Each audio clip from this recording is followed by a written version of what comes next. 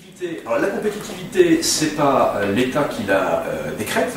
La compétitivité, c'est les entreprises qui vont effectivement faire le choix d'investissement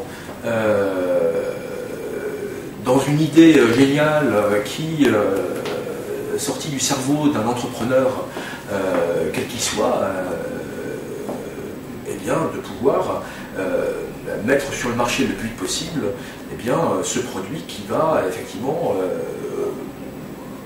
être reconnu comme étant un bon produit qui va être acheté par le plus grand nombre.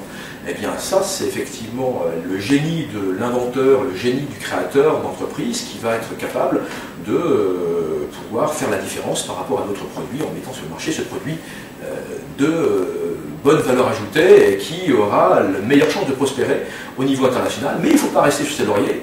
Il faut penser, anticiper la nouvelle génération de produits qui restera toujours plus compétitive que le premier qui a été mis sur le marché.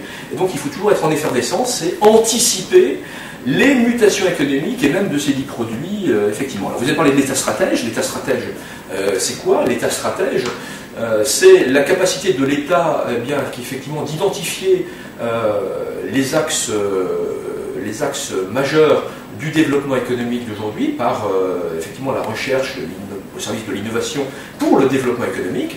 L'État stratège, c'est l'État qui a compris qu'il fallait industrialiser ou réindustrialiser notre pays.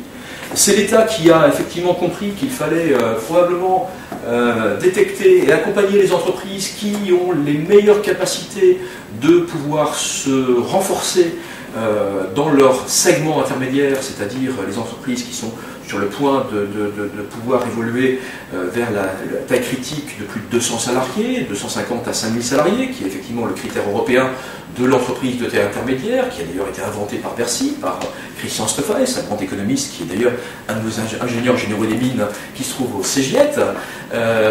Et cette situation nous permet effectivement de pouvoir être toujours dans l'anticipation, et ça c'est un point majeur pour l'État stratège. C'est enfin l'État qui a la capacité aussi de pouvoir comprendre que la croissance, eh bien, elle se trouve pas qu'en France.